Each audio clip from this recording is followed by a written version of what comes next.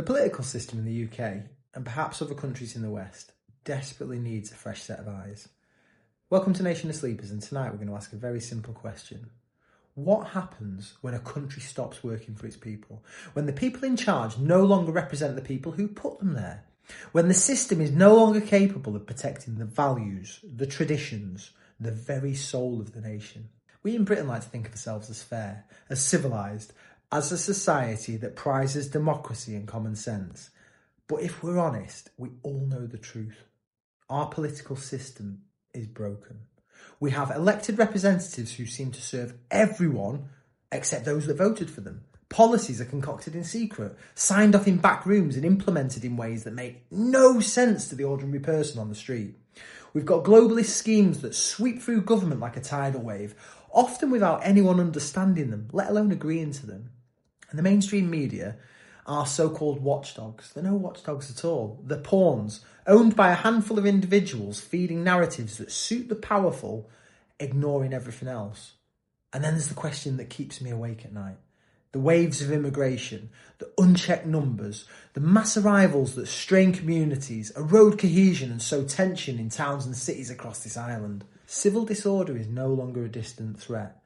It is looming, shadowing our streets. And yet what do we hear from Westminster? Empty words, platitudes, excuses, nothing that addresses the heart of the problem. So what do? How do we fix a system that seems determined to ignore us, betray us, and lead us down a path to chaos? Well, we start by looking at what Britain still has. And here, my friends, there's still hope.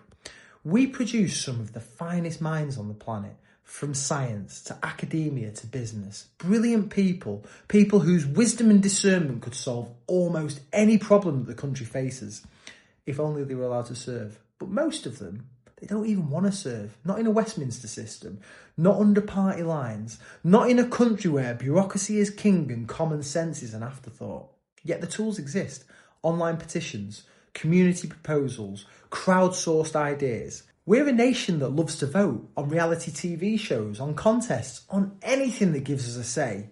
And we have citizens across this country who are brimming with ideas that could transform Britain if only they had a platform. So here's my proposal, and I really want you to think about this.